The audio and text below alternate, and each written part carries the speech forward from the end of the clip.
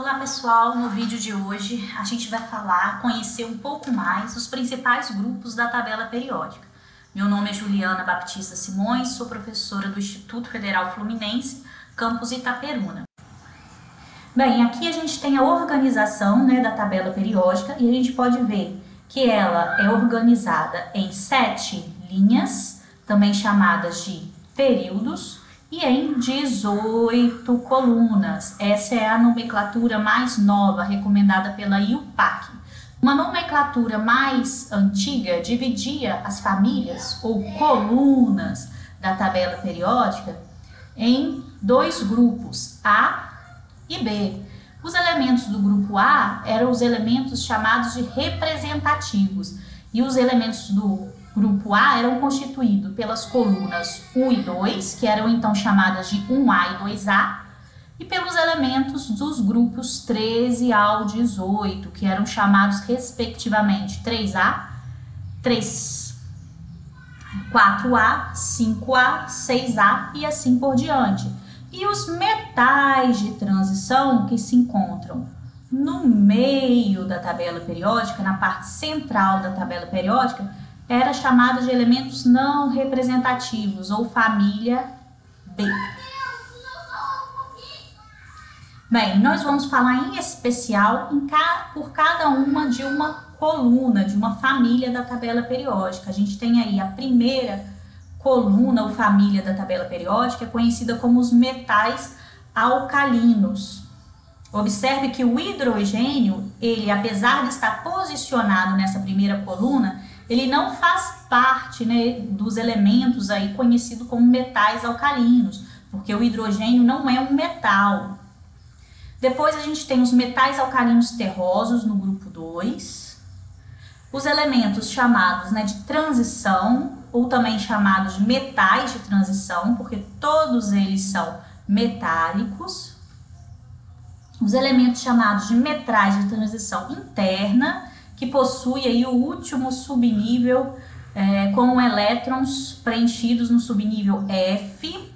A gente tem a família do boro, a família do carbono, a família do nitrogênio, do oxigênio, que é também chamada de família dos calcogênios, a família do flúor, que é também chamada de família dos halogênios, e por fim os gases nobres.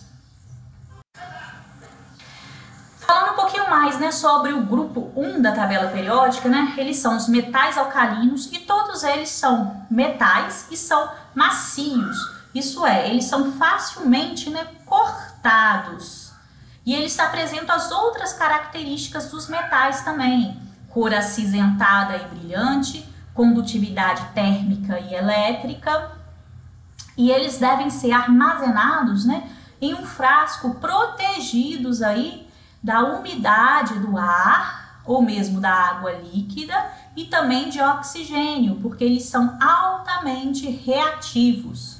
E a química desses elementos é dominada pela perda do seu único elétron S.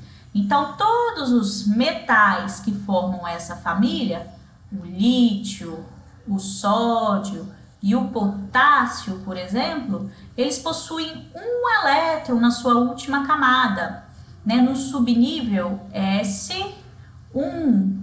Esses metais, representados aqui genericamente pela letra M, perdem um elétron e se transformam num cátion com carga mais 1. E a reatividade desses elementos aumenta à medida que a gente desce no grupo. Então, o primeiro é o lítio, depois o sódio, depois o potássio e outros. Então, o sódio é mais reativo que o lítio. O potássio, por sua vez, é mais reativo que o sódio. Todos os metais alcalinos, eles reagem com água para formar bases ou hidróxidos e gás hidrogênio. Então, a gente tem a representação da reação genérica, onde M é um metal dessa família, reagindo com água, forma o hidróxido do metal, pode ser hidróxido de lítio, hidróxido de sódio, hidróxido de potássio, hidróxido de césio e gás hidrogênio. alcalinos, eles produzem diferentes tipos de óxidos ao reagir com oxigênio. Eles podem formar, né, o óxido simples, onde o número de oxidação do oxigênio é -2. O número de oxidação é a carga que um átomo teria ao fazer a ligação química se ele de fato perdesse ou ganhasse os elétrons. O oxigênio é mais eletronegativo que o lítio, então por isso os elétrons são atraídos para o oxigênio, por isso ele é o ânion com o número de oxidação negativo. No peróxido, o oxigênio possui número de oxidação -1. E nos superóxidos, que já são óxidos mais raros, o número de oxidação do oxigênio é -0,5. Mamãe tem uma aula agora, não posso falar. Os metais alcalinos, né, emitem cores características quando colocadas a uma chama de alta temperatura. Isso acontece porque os seus elétrons S são excitados por essa chama, então eles saem de uma camada mais interna por uma camada mais externa. Quando esse elétron retorna ao estado fundamental, ele emite radiação eletromagnética em determinada frequência ou comprimento de onda. Então, nós podemos observar que as cores produzidas por esses elementos é diferente. O lítio emite uma luz avermelhada, característica dele na chama. O sódio, uma luz amarelada, enquanto o potássio, uma luz azulada para o lilás. Aqui a gente traz algumas propriedades desses elementos. Podemos observar então a configuração eletrônica, onde todos possuem o último elétron em um orbital s. Observamos também que os pontos de fusão são baixos, sendo que a maioria deles são metais a temperatura ambiente. A densidade, e nós observamos que a densidade aumenta à medida que descemos no grupo, assim como o raio atômico, enquanto que a energia de ionização aumenta à medida que subimos no núcleo. Isso porque, se o raio aumenta, quer dizer que esse elétron está mais distante do núcleo. Quanto mais distante esse elétron está do núcleo, menor é a minha energia de ionização, a energia necessária para eu remover esse último elétron. Aqui então eu trago para vocês algumas características dos metais alcalinos terrosos, que são os elementos do grupo 2 da tabela periódica. Observem que todos eles também possuem seu último elétron no subnível S, porém agora esse subnível está preenchido com 2 elétrons.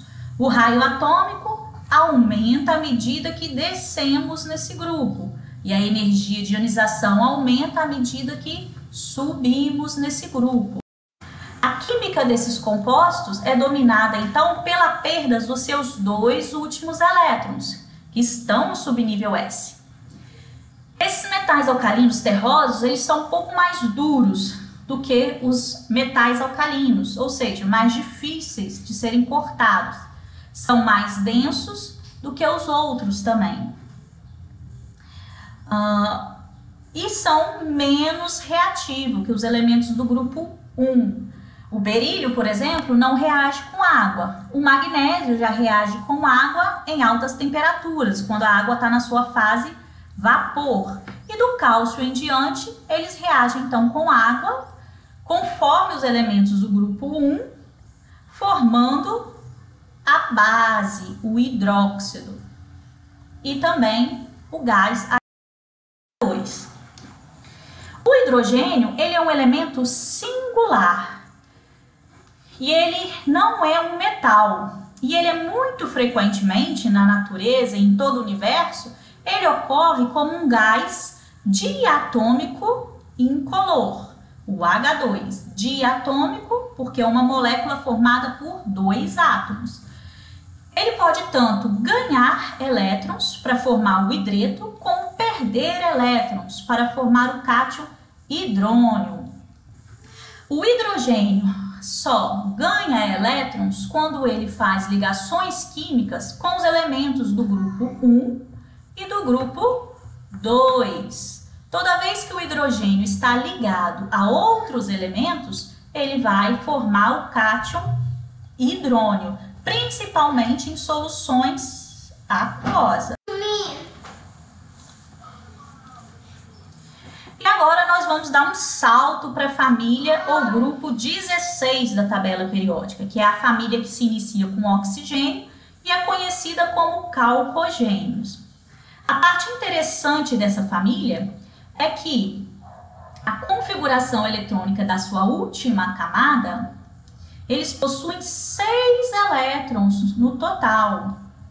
E que para atingir a configuração do gás nobre, eles precisam ganhar 2 elétrons. Então, todos os elementos dessa família possuem configuração da sua última camada como S2P4.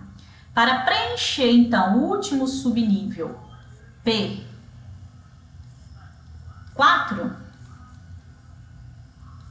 eles precisam 1, 2, 3, 4. Eles precisam ganhar, fazer ligações para completar os seus últimos orbitais P's, totalizando 6 elétrons P's. Esses elementos costumam ser gasosos à temperatura ambiente e a densidade dele não varia mais de forma tão uniforme quanto variava para os elementos do grupo 1 e 2. Entretanto, o raio atômico continua crescendo à medida que descemos no grupo e a energia de ionização aumenta à medida que subimos no grupo. Sulfetos.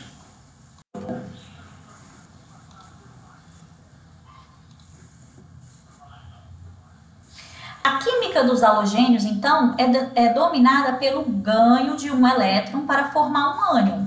Observe que aqui eu tenho uma molécula diatômica, porque uma característica importante dos halogênios é que todos formam moléculas diatômicas. Então, eu vou ter o flúor 2, o cloro 2, o bromo 2 e assim por diante. E são todos, e assim por diante. Portanto, uma molécula dessa recebe 2 elétrons para formar 2 ânions com carga negativa. Cada um do átomo de flúor da molécula de F2 recebe um elétron para formar um fluoreto e outro fluoreto. O flúor é uma das substâncias mais reativas que nós conhecemos. Ele reage aí com água, com oxigênio e é capaz de reagir até mesmo com os gases nobres. Observe que o ΔH de reação do flúor é negativo. Isso indica que ele libera energia, mostrando a sua reatividade. O cloro é o halogênio mais utilizado industrialmente. Ele é produzido pela eletrólise do sal grosso, cloreto de sódio, que é o sal que a gente tem em casa. O sal em solução aquosa, a gente passa uma corrente elétrica por ele, por isso que é eletrólise, porque é a quebra do sal por corrente elétrica, e a gente forma então hidróxido de sódio, hidrogênio e o gás cloro. O gás cloro e água produz o ácido hipocloroso, que é o ácido aí usado na desinfecção, a famosa água sanitária. Esse aqui, tá, gente? O ácido hipocloroso. Esse aqui é o ácido clorídrico.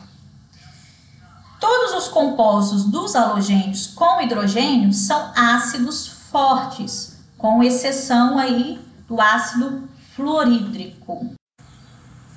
E por fim, chegamos à última coluna ou família da tabela periódica, a família 18, conhecida como família dos gases nobres. Eles ganharam esse nome por sua baixa reatividade e porque todos eles, na natureza, não se encontram fazendo ligações químicas, mas sim como átomos isolados. Com exceção do hélio, todos eles possuem configuração eletrônica 2s2p6, totalizando 8 elétrons na última camada. Ou seja, ele tem todos os seus últimos orbitais preenchidos. E isso também é válido para o hélio, porque ele não possui 8 elétrons na última camada, mas ele é um elemento que só possui a primeira camada. E nessa primeira camada, eu só tenho um subnível, ou só tenho um orbital que está totalmente preenchido. Observe que o raio atômico, ele cresce à medida que descemos na tabela periódica e ele é um raio atômico estimado, porque esses gases não fazem ligações químicas, então nós não podemos medir o raio como nós medirmos para os outros elementos, em que o raio é medido através de técnicas que medem a distância entre dois núcleos em uma ligação. Como eles não fazem ligação, eu não tenho como medir experimentalmente esses raios. E a energia de ionização aqui aumenta à medida que a gente sobe no grupo.